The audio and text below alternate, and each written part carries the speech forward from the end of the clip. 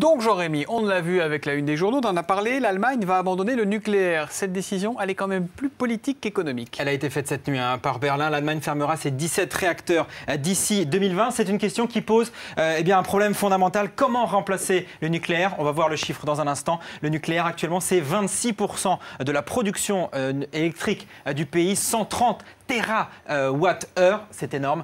La question donc, par quoi on remplace tout ça? Il y a quand même des solutions alternatives qui existent. Il y a des solutions, évidemment. Il y a les solutions, les énergies renouvelables. L'éolien, par exemple. L'Allemagne, ils sont très forts là-dedans. L'Allemagne est particulièrement en pointe. Le problème, c'est que le pays va devoir multiplier par 2 son parc dans les 10 ans à venir. Ça, c'est extrêmement coûteux. D'autres solutions, on l'a vu, il y a l'éolien. Mais il y a aussi, par exemple, le gaz. Le problème du gaz, c'est que ça rend l'Allemagne très dépendante, notamment à la Russie, pays qui exporte du gaz. Il y a le charbon. Le charbon, c'est bien. Actuellement, c'est 43% de l'électricité en Allemagne. Mais le charbon, c'est très polluant. C'est donc une question environnementale. Et puis, il y a la solution aussi d'importer son énergie. Là, évidemment, l'Allemagne se tourne régulièrement vers la France.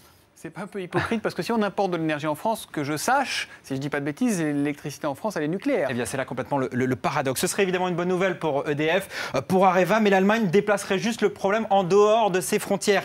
C'est clairement d'ailleurs ce qui se passe depuis Fukushima. Depuis que l'Allemagne a fermé 4 réacteurs après Fukushima, eh bien l'Allemagne vient chercher de l'électricité en France, de l'électricité nucléaire. Pour l'instant, c'est la solution la plus simple et la moins coûteuse d'ailleurs pour Berlin. Reste qu'effectivement, on attend les détails, on devrait les connaître d'ici une semaine, les détails de ce plan d'arrêt du nucléaire en Allemagne. Après, c'est quand même la quadrature du cercle, parce que le nucléaire a des inconvénients, mais un avantage, c'est que c'est une énergie qu'on dit propre.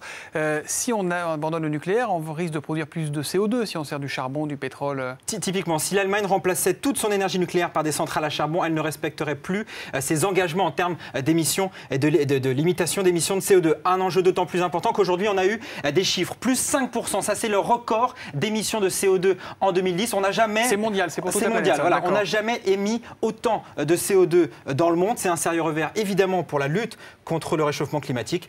On garde quand même en tête que 60% de ces émissions proviennent des pays en voie, des pays émergents, notamment l'Inde ou encore la Chine. L'écho en bref. On parle des prix à la pompe. Baisse-t-il aussi vite que les prix du pétrole? Christine Lagarde avait demandé une enquête sur 2 semaines au mois de mai. Eh bien, le constat est sans appel. En moyenne, les prix du sans-plomb auraient dû baisser de 4 centimes à la pompe. Ils n'ont finalement quasiment pas bougé. Renault réorganise sa direction et c'est le Portugais Carlos Tavares qui devient numéro 2 du constructeur. Il a été nommé directeur général à la place de Patrick Pellata. Ce dernier avait été mis à l'écart après la fausse affaire d'espionnage chez Renault. Mythic va passer sous pavillon américain. Son concurrent et actionnaire Match.com va lancer une OPA sur le site de rencontre.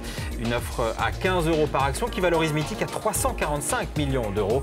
Une offre formulée avec le soutien de son fondateur, le français Marc Simoncini. Et je passe le relais avec plaisir à Match.com, tout en gardant une partie significative de mon patrimoine dans l'entreprise, parce que je vous rappelle quand même que je laisse à peu près 35 millions de dollars dans Mythic, donc c'est que je crois au projet qui est présenté.